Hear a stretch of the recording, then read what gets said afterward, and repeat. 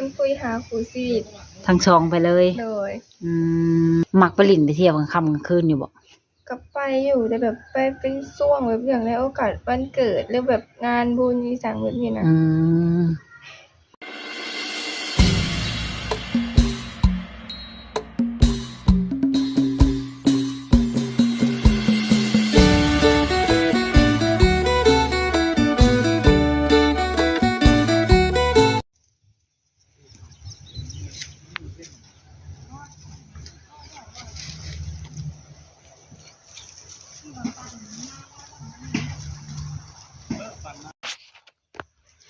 กราบสบายดีและสวัสดีเด้อพ่อแม่พี่น้อง FC เบิดสุขุสุขคนบ่ว่าสิอยู่ภายในและก็ต่างประเทศเนาะแม่สมหวังก็ยินดีต้อนรับเข้าสู่ช่อง YouTube ของแม่สมหวัง Channel มาพบมาพอกับแม่สมหวังมื้อนี้ก็เดินทางมาทางบ้านสาวโสดเพิ่นเนาะก็เป็นสาวโสดหน้าใหม่เปิดใจเป็นครั้งแรกโดยก็ก่อนอื่นก็ฝากกดไลค์กดแชร์กดติดตามให้ช่องแม่สมหวัง Channel นี่เด้อทุกคนเด้อเพื่อเป็นกำลังใจในการเฮ็ดคลิปต่อไปเนาะทุกคนโดยแล้วก็กราบขอบคุณFC ทุกท่านที่เข้ามาเบิ่งแต่ต้นจนจบเนาะก็ให้ FC ทุกท่านจงอยู่ดีมีแรงสุขภาพเข้มแข็งอายุมั่นขวัญยืนความเจ็บบ่ให้ได้ความไข้บ่ให้มีแต่ความสุขกายสบายใจเฮงๆรวยๆเงินไหลนองทองไหลมาเนาะโดยสาธุเนาะก็เพื่อบ่เป็นการซักซ่าเสียเวลาเนาะทุกคนเข้าไปไปลมกับสาวโสดพร้อมๆกันเด้อโดยสบายดีโดยสบายดีโดยเปิดภาพมามื้อนี้เปิดกล้องมามื้อนี้ก็อยู่บ้านสาวโสดเพิ่นเนาะก่อนอื่นขออนุญาตถามชื่อเสียงเฮียงนามว่าจังไดเนาะชื่อเบียร์ชื่อน้องเบียร์โดยอายุจักปีแล้วอายุ19 ปี19 ปีผ่านมาเคยแต่งงานแล้วบ่ยังบ่เคยเอาผัวจักเทื่อว่าอะไรกะยังบ่เคยเรียนจบแล้วบ่ยังตอนนี้ก็ยังเรียนอยู่หอกแล้วเรียนฮอดห้องใดเรียนฮอดห้องม.4ก็ไปจบเป็นม.4ซ้ำฮอดห้องม.4เนาะมื้อนี้ออกมาเปิดใจบ่เลย เปิดใจแบบหาคนคุยซื่อๆบ่หรือว่าหาคู่ชีวิตไปเลยหาคนคุยหาคู่ชีวิตทั้งสองไปเลยก็มีสเปคตั้งไว้อยู่บ่สเปคแบบใดก็ได้สูงต่ำดำขาวโดยแบบได้เบิดอายุได้ค่ะอายุส่ำใดก็ได้เอา50 ปี60 ปีมีสิทธิ์บ่มีผ่านมาก็เคยมีแฟนอยู่บ่มีอยู่ตั้งแต่สมัยเรียนหรือออกมาแล้วตั้งแต่สมัยเรียน2 ปีขึ้นหลังแล้วข่าวออกมานี่ยังบ่มีบ่ยังมักหนุ่มๆทางใดเป็นพิเศษ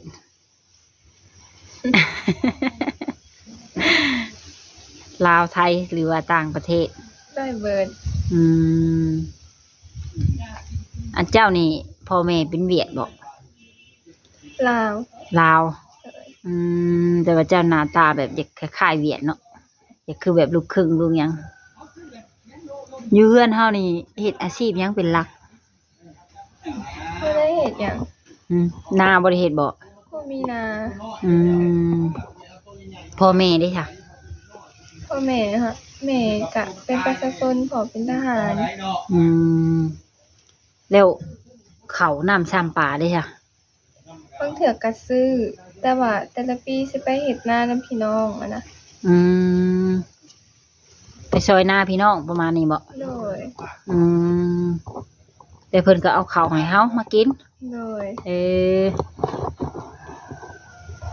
พี่น้องน่ะอยู่บ้านเดียวกันนี่บ่โดยอยู่บ้านเดียวกัน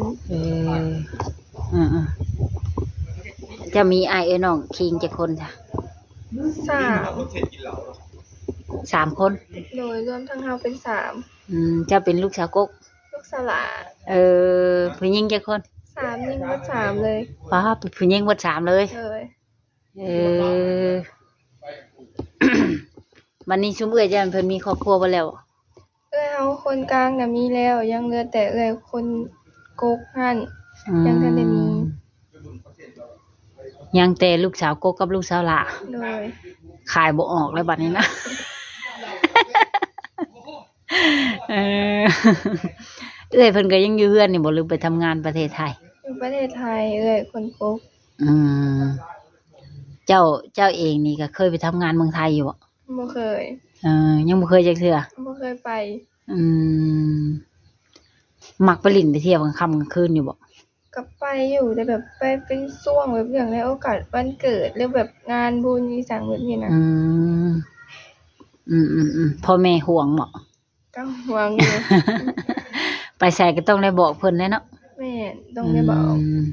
คันสิไปเที่ยวแซ่ๆแอมช่ำนี่บ่ได้แล้วเนาะ เลย พอเพิ่นเป็นทหารได้ทุกคนบ่แม่นคนเป็นทหาร บ่หยอกเพิ่นเนาะ เคยไปเที่ยวไกลที่สุดนี่ฮอดไส อยู่แถวบ้านทางแข้งเขายังบ่เคยเอา บุญออกพรรษาเมื่อกี้นี้ได้ไปเที่ยวอยู่บ่งานชมเรือช่วงหยัง ก็ไปอยู่ได้ สวรรณเขต เลย ไปกลางเว้นบ่หรือกลางคืน กลางเว้น บ่ได้ไปช่ำลอยกระทงกลางคืนน่ะ บ่ได้ไป อ้าว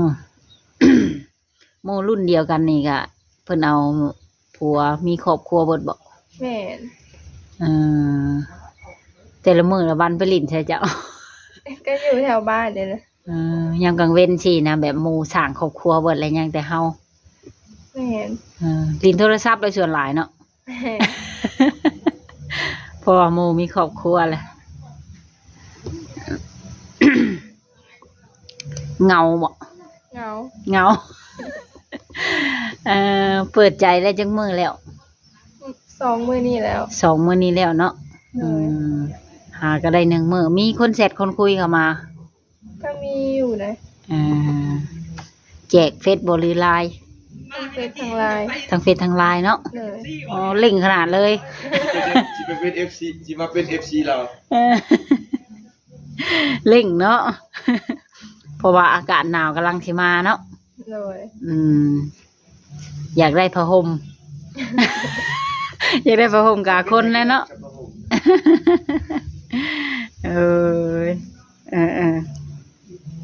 เพิ่นก็บ่เลือกเพิ่นน่ะบ่ติข้าวเปลือกบ่เลือกข้าวสารเนาะเพิ่นเป็นลูกชาวละโอ้ชาวละนี่มูลมังขอนเด้อจ้ะ ปัจจุบันนี่อยู่เพื่อนเรามีกี่คน มีอยู่5 คน มีพ่อแม่ แม่น เจ้า พระว่เอื้อยคนกกน่ะไปเฮ็ดเวียกอยู่ไทยแหละ มีแต่พ่อแม่แล้วก็มีเอื้อยแล้วก็อ้ายเคย เอื้อยผู้เอาผัวนั่นอยู่เพื่อนนี่ แม่น ก็สิประมาณนี้ทุกคนเลยโดย เพิ่นก็สิคืนๆอายๆเนาะ บ่เคยออกกล้องเนาะนะ เลย เคยแต่เซลฟี่ธรรมดาเฮา เลย ลง Facebook เลย ก็ FC ที่เพิ่นทักเข้ามาน่ะเพิ่นก็เว้าม่วนอยู่บ่ เหมือน กล้ารับได้บ่ ทำได้ หากตอนนี้นี่เลือกแล้วบ่ว่าที่1ที่2ยังบ่ได้เลือกบ่ ยัง แบบยังอยู่ในขั้นทักทาย เลย ก็มีบ่หนุ่มๆแบบเสนอเข้ามาอยากปิดใจเฮา ยังบ่มี ยังบ่มีแสดงว่าหัวใจยังว่างอยู่เนาะ เลย ก็ FC ของข่อยที่เข้ามาน้ำหลังนี่ก็ยังมีสิทธิ์เนาะ เลย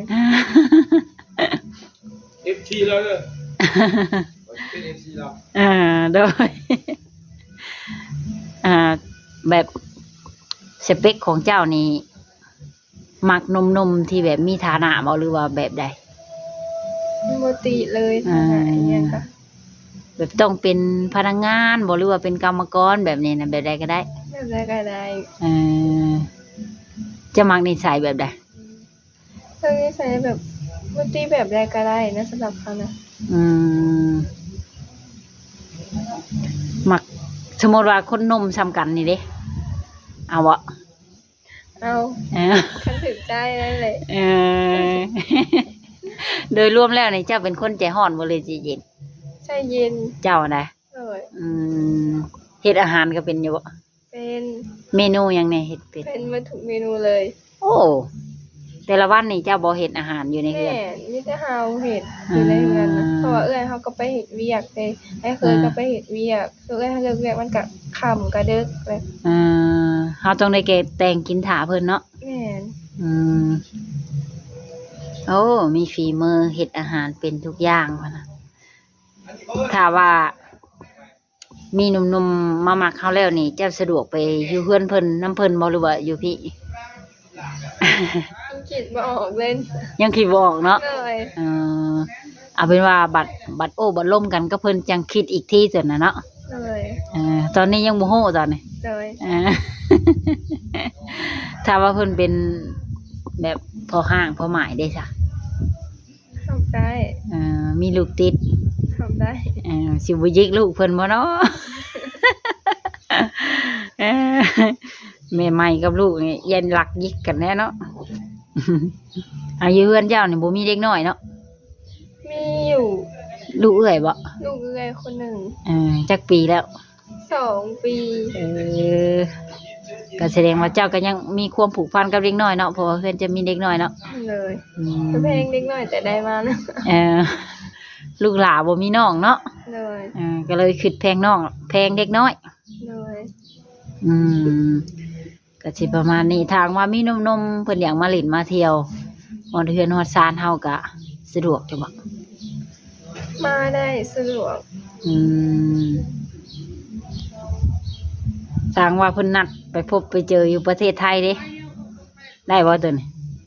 ก็บ่กล้าไปปานนั้นเพราะยังบ่ได้ฮู้จักแบบอันนั้นนะ อ่า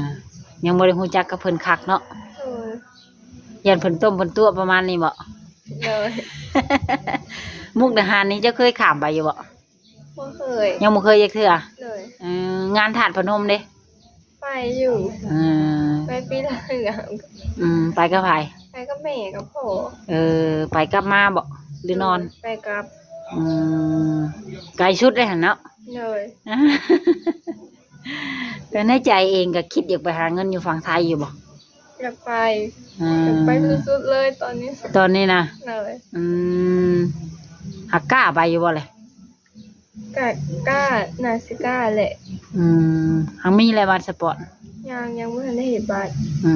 คือตอนนี้นี่คืออยากไปแห้งๆเนาะ เลยแต่ยังทันได้เห็นบัตร อยากไปเห็นงานแบบประเภทแบบใดงานบ้านงานสวนงานอย่าง งานเสิร์ฟ เสิร์ฟอาหาร เลย ผ่านมานี่เจ้าก็บ่เคยไปหาเห็นงานอยู่แถวบ้านเฮาเนี่ย บ่เคยเลย ออกจากโรงงานนี่ก็บ่ได้เคยไปบ่ โรงงานอะ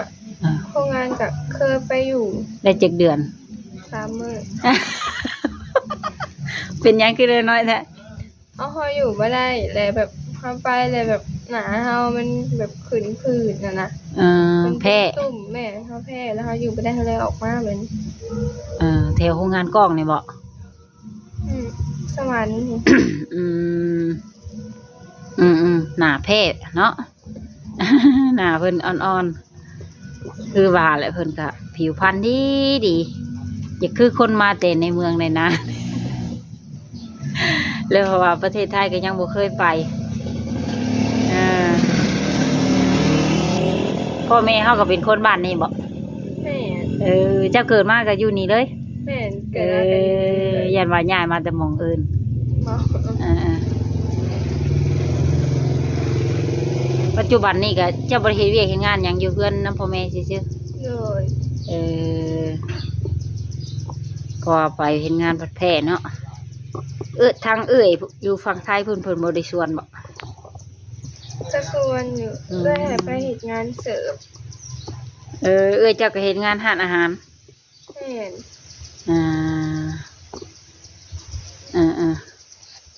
ก็เลยมีแนวคิดอยากไปเนาะ เลย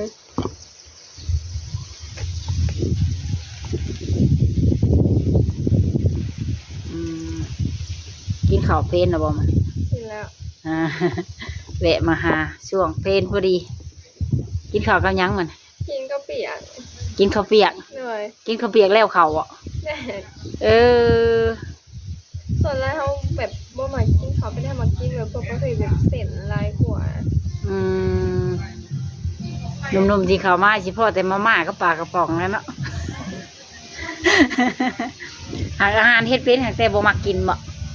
เขาแบบมากินเส้นลายกว่า อืมอืมก็โอเคย้ายมาต่อบอนนี้อีกเนาะเพิ่นฟังเพลง เอออันอยู่เดินเฮือนจะเบิดบ่อันแถวนี้น่ะนะ แม่น เออเดินหลายเนาะ เลย อืมผู้เพื่อนอีกก็ยังได้อยู่ประมาณตั้ง4-5หลังเนาะ เลย เออกินข้าวแล้วเรามาเนี่ย ทางว่ามีหนุ่มๆเพิ่นนัดไปเที่ยวไทยโดยที่แบบมีช่อง YouTube พาไปเจ้าก็สิไปอยู่อะ ไป คือแบบมีชุมข่อยกับสาวบุญเปียงพาไปนี่ไปบ่ ไป ถ้าว่าให้ไปผู้เดียวนี่บ่ไป บ่ไป เออแบบบ่กล้าเนาะนางเนาะ เลย ถามว่าเพิ่นพาไปไว้บนใดบนหนึ่งนี่ก็สิบ่จักเขาทางกลับมาเนาะ เลย เพราะว่าบ่เคยไปไกลปานนั้นเพิ่นน่ะถามไว้เพื่อนหนุ่มๆเพิ่นอยากถาม ยังบ่เคยแต่งงานจักเทื่อติ เลย เจ้ามักหนุ่มๆแบบใดอยากฝากถึงเพิ่นลองเว้าเบิ่ง แบบใดก็ได้สำหรับเขานะเอาแบบบ่ติแล้ว แต่หนุ่มๆแถวบ้านนี่เป็นในใดคือแบบบ่มีผู้มาลมบ่ บ่มี มันจะเลือกบ่นะ เขาบ่ได้เลือกแต่ผู้หัวเป็นหยังแบบเป็นผู้มีไผแบบกล้าแบบมาลมเฮานะเขาบ่หัวามันเป็นหยัง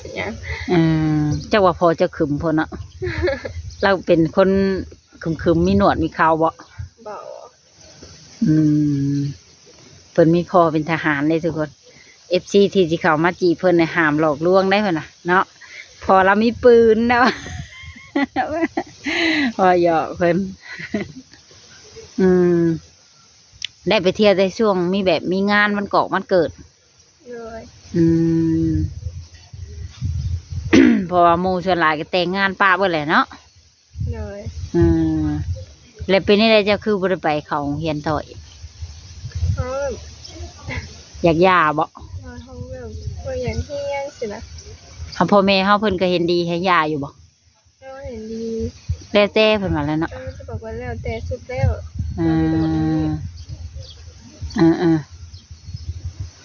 พอเฮียนไปคุมื้อนี้ก็ประมาณเครื่องเคยเห็นเนี่ยเนาะ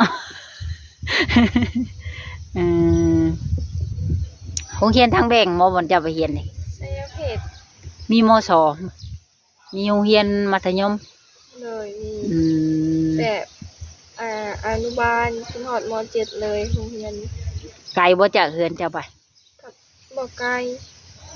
ทางออกบ้าน กิโลกว่าเนาะ เลย มานี่เฮาออกมาเปิดใจนี่พ่อแม่เฮาก็ฮู้อยู่บ่ อย่าว่าหลักมาเปิดใจไปสินะ อย่าว่าพ่อแม่บ่ฮู้บัด FC มายามอย่าว่าเพิ่นถามเสิล่ะโอ้อยู่เนาะ เลย ก็มีช่องทางติดต่อฝากไว้อยู่บ่แหละมีหยังแน่ มีแต่เฟซ มีเฟซ กับไลน์ เฟซกับไลน์เนาะทางเบอร์โทรศัพท์นี่บ่ได้ให้เนาะ สะดวก2ทางติดต่อพุ่นน่ะก็โอเคค่ะสำหรับคลิปนี้ก็สิได้ขอจบคลิปไว้เพียงเท่านี้ก่อนโดยเพื่อนข้างๆนี่เพิ่นก็ยังอยากเปิดเพลงต่อย ไปสั่งให้เพิ่นปิด ก็ไว้พอกันใหม่มื้อหน้ามื้อในเด้อนางเด้อโดยสำหรับคลิปนี้ก็สบายดีเดี๋ยว